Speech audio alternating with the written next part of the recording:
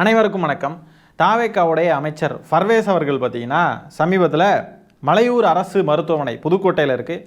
அந்த மருத்துவமனைக்கு திடீர்னு ஆய்வு செய்ய போயிருக்கார். அங்கே ஆய்வு செய்ய போன இடத்துல என்ன திரும்ப பண்ணியிருக்காரு, அதிகாரிகள்லாம் அவர்கிட்ட விளக்கிட்டு இருக்காங்க. அந்த மருத்துவமனையில் என்னெல்லாம் நடக்குது, என்னெல்லாம் இருக்குது, இல்லை அதெல்லாம் பற்றி பேசிக்கிட்டு இருக்காங்க. அவர் பார்த்தீங்கன்னா சுற்றி சுற்றி தேடுறாரு. என்னடா தேடுறாரு அப்படின்னு கொஞ்ச நேரமாக பார்த்துக்கிட்டு இருந்தா திடீர்னு முதலமைச்சர் விஜய் அவர்களுடைய புகைப்படம் எங்கே அப்படின்னு கேட்குறாரு. அந்த பக்கத்தில் இருந்த அதிகாரி ஷாக் ஆகிட்டாரு. உண்மையாலுமே நீங்கள் அந்த காணொலியை மட்டும் தயவு செஞ்சு பாருங்கள். First 21 subcentre sir, health subcentre sir. இந்த பிஹெச் கீழே உள்ளது சார், 69,000 பாப்புலேஷன் சார். இப்போ நம்ம பப்ளிக் ஹெல்த்னா பிஹெச் மட்டும் இல்லை சார். இப்போ ஸ்கூலில் வந்து டேப்லெட்ஸ் கொடுக்குறது, ஃபீல்டில் போயிட்டு எம்எம்யூடி பார்க்குறது எல்லாமே நம்மளுடைய கண்ட்ரோல் தான் சார். ஸ்கூலில் இப்போ நாப்கின் டிஸ்ட்ரிபியூட் பண்ணுறது, அயன் ஃபோலிக் ஆசிட் டேப்லெட் கொடுக்குறது எல்லாமே நம்ம தான் சார் பார்ப்போம். சிஎம் ஃபோட்டோ எங்கே சார்? அங்கே வெளியே இங்கே வைக்க மாட்டீங்களா சார்?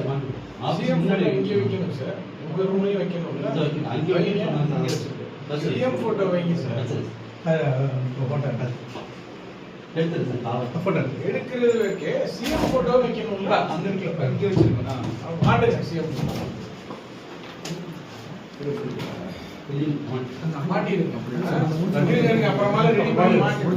இதில் இவர் வந்து இப்போது அந்த அதிகாரி பேசிக்கிட்டு இருக்கப்போ சிஎம் ஃபோட்டோ எங்கே சார் அப்படின்னு கேட்டது கூட ஒரு பக்கம் வச்சுக்கோங்களேன். இன்னொரு பக்கம் ஒரு கேலண்டர் தொங்கிட்டு இருக்கு, தந்தை பெரியார் அவர்களுடைய ஃபோட்டோ இருக்கக்கூடிய கேலண்டர். அதை வந்து ரிமூவ் பண்ண சொல்கிறாங்க, ரிமூவ் பண்ணிட்டு போகிறாங்க. கொள்கை தலைவர் தந்தை பெரியார் தானே. தந்தை பெரியார் அவர்களின் புகைப்படம் இருக்கக்கூடிய ஒரு கேலண்டர் இருக்கிறது கூட பொறுத்துக்க முடியாதா? அப்படி என்ன உங்கள் கொள்கை தலைவர் தானே அவர், எதுக்கு அதை ரிமூவ் பண்ண சொல்லணும்? இவர் பேசுகிறதெல்லாம் பார்த்தா இவர் ஆய்வுக்கு போனதே என்னமோ சிஎம் அவர்களுடைய புகைப்படம் இருக்கான்றதை பார்க்குறதுக்கு தான் ஆய்வு செய்ய போனாரோ அப்படின்ற மாதிரி கேள்வி எழுப்புது நமக்கு. மருத்துவமனை ஆய்வு செய்ய போனாரா இல்லைன்னா சிஎம் ஃபோட்டோ இருக்கான்னு செக் பண்ண போனாரான்னு தெரியல. நல்ல மாற்றம், சூப்பர் மாற்றம். இதுதான் மக்கள் விரும்பிய மாற்றம். இவங்களுக்கு ஓட்டையும் போட்டுட்டு இவங்க பண்ணுற அலப்பறை தாங்க முடியல. நாளுக்கு நாள் முறுக்கு பாக்கெட்டை பார்த்தாக்க முறுக்கு பாக்கெட் 15ஆம் தேதி தான் மேனுஃபேக்சர் செய்யப்பட்டதுக்கு என்ன ஆதாரம்னு கேட்குறாங்க. அரசு மருத்துவமனைக்குள்ள ஆய்வுக்கு போனால் அங்கே போய் முதலமைச்சர் படம் எங்கன்னு கேட்குறாங்க. பக்கத்தில் இருக்க அதிகாரிகள் யோசிப்பாங்க, ஆடா பாவிகளா, நான் இவ்வளோ நேரம் உட்காந்துருந்து இவ்வளோ எக்ஸ்பிளைன் பண்ணிட்டு இருக்கேன், அதப்போ கவனிக்கலையா? சிஎம் ஃபோட்டோ இருக்கான்றது தான் முக்கியமாக. அப்போ இதுக்கு உள்ளே வரப்போவே சார் சிஎம் ஃபோட்டோ அங்கே இருக்குது சார், உங்களுக்கு தேவையானது அங்கே தான் இருக்குது சார், நீங்கள் அப்போது போகலாம் சார் அப்படின்னு சொல்லியிருக்கலாம். அந்த மனுஷன் பக்கத்தில் நின்று அந்த டேப்லெட்ஸ் அங்கே இருக்குது, இந்த டேப்லெட்ஸ் இது இப்படி இருக்குது அப்படி இப்படின்னு அவர் சொல்கிறாரு. அதை கேட்குறத விட்டு அப்படியே பார்த்துட்டு சிஎம் ஃபோட்டோ எங்கன்னு கேட்குறாரு ஒரு அமைச்சர். இப்போ அதுதான் ரொம்ப முக்கியம் தமிழ்நாட்டுக்கு, சிஎம் ஃபோட்டோ. இதே மாதிரி மா சுப்பிரமணியன் அவர்கள் மட்டும் இதே மாதிரி பண்ணியிருந்தா அமைச்சராக இருக்கும்போது இந்நேரத்துக்கு ஐயோ நினச்சி கூட பார்க்க முடியல. அதோடைய அவுட்ரேஜ் எப்படி இருக்கும் தெரியுமா? ஊடகங்கள், ஊடக புரோக்கர்கள், நடுநிலைவாதிகள் அப்படின்ற பேரில் விக்கி நொக்கி நக்கி இந்த மாதிரிப்பட்ட நடுநிலை நக்கிகள், சோசியல் மீடியா இன்ஃப்ளூயன்சர்ஸ், அப்புறம் ஐயோ நினச்சி பார்க்கவே முடியல. அந்த அவுட்ரேஜே வந்து அப்படியே கடின்னு கடிச்சு வச்சுருப்பாங்க. பெரியாருடைய புகைப்படத்தை எப்படி எடுக்க சொல்லலாம், எப்படி அந்த கேலண்டர் இருக்கிறதுல உங்களுக்கு என்ன பிரச்சனை அப்படின்னு கேள்வி கேட்டிருப்பாங்க. இவ்வளோ பிரச்சனை நடக்கிறதுக்கு மத்தியில் சிஎம் ஃபோட்டோ தான் உங்களுக்கு முக்கியமா? கரண்ட் இல்லை நாட்டில், தண்ணி இல்லை நாட்டில், அங்கே இல்லை இங்கே எல்லாம் ஃபியூஸ் கேரியரை பிடிக்கிட்டு போகிறானுங்க. இந்த அமைச்சருக்கு புகைப்படம் தான் முக்கியமா? முதலமைச்சர் புகைப்படம் தான் முக்கியமா? இங்கே மக்களுடைய நலன் உங்களுக்கு முக்கியம் இல்லையா அப்படின்னு சொல்லிட்டு கேள்விகள் அப்படியே சுற்றி கட்டுரையெல்லாம் எழுதி விட்டுருப்பானுங்க. பிரேக்கிங் நியூஸு, ஃப்ளாஷ் நியூஸ்னு வந்துருக்கும் இந்த ஊடகங்கள்ல எல்லாம். இன்றைக்கி எங்கே போனானுங்க? ஒருத்தனையும் காணோம். ஒரு பேச்சு மூச்சு இல்லாமல் எல்லாம் அமைதியாக கிடக்குறாங்க. அந்த பக்கத்தில் இருந்த டாக்டர் வந்து ஃபோட்டோ வெளியில் ஒன்று இருக்குன்னு சொல்லிட்டார். அப்போ இந்த அமைச்சர் என்ன விரும்புகிறாருன்னா ஒவ்வொரு ரூமுக்குள்ளேயும் ஒவ்வொரு செவுத்துலேயும் ஃபோட்டோ இருக்கணும்னு நினைக்கிறாரா? ஃபோட்டோவே வெளியே இருக்குது ஒன்று, புரோட்டோகாலின் படி ஃபோட்டோ இருக்குது. அது என்ன ரூமுக்குள்ளே இங்கே இருக்கணும், அந்த மூலையில் இருக்கணும், எல்லா மூலையிலையும் அப்போ ஃபோட்டோ ஒட்டி வச்சுருக்கணுமா? என்ன இது? இப்போ தந்தை பெரியாருடைய ஃபோட்டோவை கேலண்டர்லேருந்து எடுத்திருக்காங்கல்ல, இதை பற்றி ஒருத்தனும் வாயை திறக்க மாட்டேங்கிறான். திமுகவை எப்போ பார்த்தாலும் கடிச்சு வைக்கக்கூடிய சில புரட்சிகர கும்பல் இதெல்லாம் வாயவே எங்கே போய் ஒளிஞ்சாங்கன்னே தெரியல. நீலம், சிவப்பு, மஞ்சள்லாம் எங்கே கிடைக்கிறாங்கன்னு ஒன்றுமே புரியல. திமுகவாக இருந்தால் இந்நேரத்துக்கு இவங்களுடைய ரியாக்ஷன்லாம் வேறு மாதிரி இருந்திருக்கும்ல. நம்ம ஏதாவது சொல்லிட்டோன்னு வைங்க, உடனே எங்களை அடிச்சுட்டாங்க அப்படின்னு விக்டிம் கார்டு மட்டும் எடுத்துடுறது அழுதுகிட்டு. இப்படி தந்தை பெரியார் புகைப்படத்தை தூக்கி எறிகிற இந்த கும்பலுக்கு ஆதரிக்கக்கூடிய இந்த புரட்சியாளர் கும்பல்கள்லாம் பார்த்தீங்கன்னா இவங்கெல்லாம் வந்து திமுகவுக்கு கிளாஸ் எடுப்பாங்க, முற்போக்கு கிளாஸு.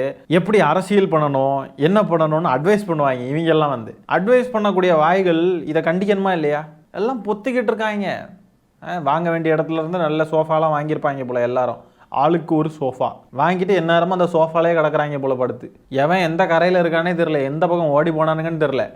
ஒருத்தனும் வாய திறந்த பாடு இல்லை. எனக்கு தெரிஞ்சு அன்னைக்கு இந்த பல்லவி அவர்கள் பிரச்சனை நடந்துச்சு பாருங்க, இந்த விளக்கேற்றுற விவகாரத்தில். அப்போ தான் இந்த புரோட்டோகால்ன்ற வார்த்தையை இவர் கற்றுக்கிட்டு இருந்திருப்பாருன்னு நினைக்கிறேன். ஓ புரோட்டோகாலா அதுக்கு பேர்? ஓகே, புரோட்டோகால்னா இதுதானா? இந்த ஒரு புரோட்டோகால்ன்ற வார்த்தையை தெரிஞ்சு வச்சுக்கிட்டு படுத்துகிற பாடு இருக்கே, ஐயோ சாமியலா. இந்த அமைச்சர் புரோட்டோகால்ன்ற பேரில் ஒவ்வொரு செவுத்துலையும் ஃபோட்டோ இருக்கணும்னு எதிர்பார்க்குறார். அதே அங்கே ஒரு எம்எல்ஏ அந்த பெண்மணி பல்லவி அவர்களுக்கு புரோட்டோகால்னால் என்னன்னே தெரியல. இப்படி ஒரு கட்சி, இது ஒரு ஆட்சி. இப்படி ஆய்வுக்கு போகிறது, அங்கே போகிறது, இங்கே போகிறது எல்லாமே பார்த்தீங்கன்னா வெறும் ரீல்ஸ் எடுக்கிறதுக்கும் மாஸ் காட்டுறதுக்கும் கெத்து காட்டுறதுக்கும் தான். தளபதி ஃபோட்டோ இருக்கான்னு செக் பண்ணுறதுக்கு மட்டும் தான் போயிருக்காங்க.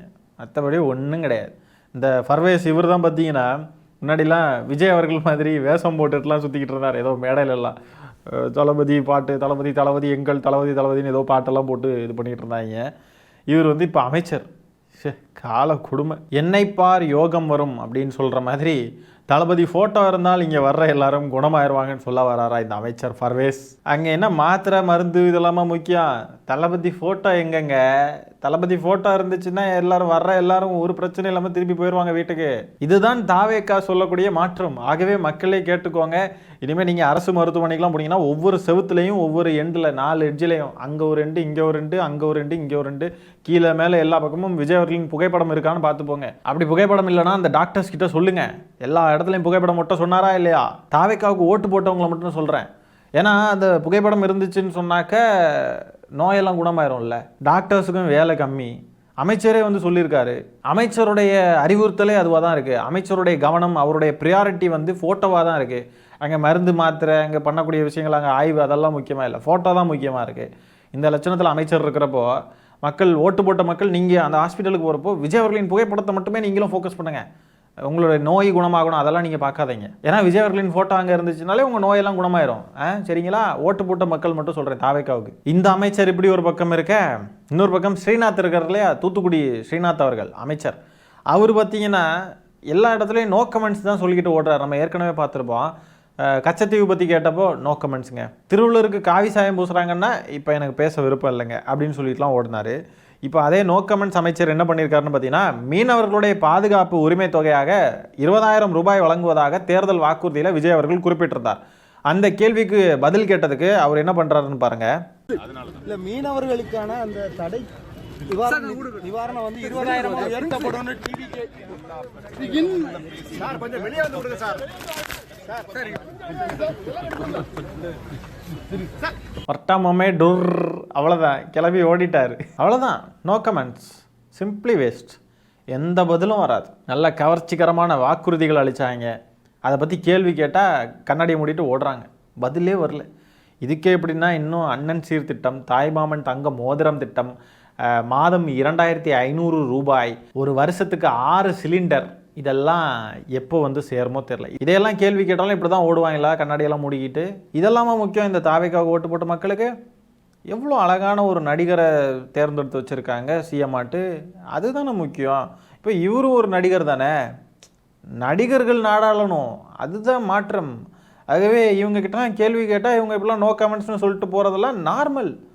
நடிகர் முக்கியங்க, நடிகர் தான் ஆட்சியில் உட்காரணும். திறமை வாய்ந்தவர்கள், மக்களுக்காக உழைக்கிறவர்கள், பதிலளிக்க தெரிந்தவர்கள், பதிலளித்து அதுக்கான சொல்யூஷன்ஸை வந்து கொடுக்குறவங்கெல்லாம் முக்கியம் இல்லை.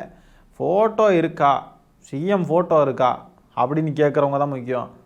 ஒரு கேள்விக்கு பதில் கேட்டால் இப்படி நோ கமெண்ட்ஸ்னு சொல்லிக்கிட்டு ஓடுறவங்க தான் முக்கியம். ரீல்ஸ் போட்டு முதலீடுகளை ஈர்க்கக்கூடிய ஒரு தொழில்துறை அமைச்சர் தான் வேணும் மக்களுக்கு. மாற்றம் என்னன்னு கேட்டால், மாற்றம்ன்றது எங்கள் தளபதி காலையிலேருந்து சாயந்தரம் வரைக்கும் செக்ரட்டேரியட்டில் இருக்கார், அங்கேயே சாப்பிட்றாருன்னு சொல்கிறாங்க. இதுதான் முக்கியம். ஆகவே இந்த மாதிரி வாக்குறுதிகள்லாம் கொடுத்தீங்களே, அதுக்கு என்ன பதில்னு கேட்டால் அதுக்கெல்லாம் பதில் வராது. அதெல்லாம் எதிர்பார்க்கக்கூடாது. ஆனால் உண்மையை சொல்லணும்னா இந்த அமைச்சர் வந்து முதலமைச்சரை விட கொஞ்சம் பெட்டரான ஒரு அமைச்சர் தான். ஏன்னா மைக்கு வந்து அட்லீஸ்ட் அவர் வாய் கிட்ட வரைக்குமாவது போகுதே, நோ கமெண்ட்ஸ்னு சொல்கிறதாவது கேட்குதே அதில், அது வரைக்கும் ஓகே, கொஞ்சம் பெட்டர். முதலமைச்சரை விட இவர் பெட்டரான அமைச்சர். இந்த அமைச்சர் இவருடைய ஆட்சி காலத்தில் பூராவும் எதுக்குமே பதில் சொல்ல மாட்டாருன்னு நினைக்கிறேன். இந்த ஊடகங்கள் கிட்ட ரிக்வெஸ்ட் பண்ணிக்கிறேன், ஏதாவது பதில் சொன்னார்னா மட்டும் நியூஸாக போடுங்க, பிரேக்கிங் நியூஸாக போடுங்க. அமைச்சர் ஸ்ரீநாத் அவர்கள் முதல் முறையாக வரலாற்றில் பதில் அளித்து உள்ளார் அப்படின்னு ஒரு செய்தி போடுங்க, ட்ரெண்ட் ஆயிரும். எல்லாருமே நாங்கள் ஷேர் பண்ணுறோம், உலகில் 7 அதிசயங்கள் 8வது அதிசயம்னு நாங்கள் ஷேர் பண்ணுறோம். மீன்வளத்துறை அமைச்சர் என்ன சொல்கிறது, guppies, fighter fish, golden fish இதெல்லாம் இப்போ தான் என்னன்னே தெரிஞ்சுக்க ஆரம்பிச்சிட்டு இருப்பார். அந்த ஸ்டேஜில் தான் இருப்பார் இவர்.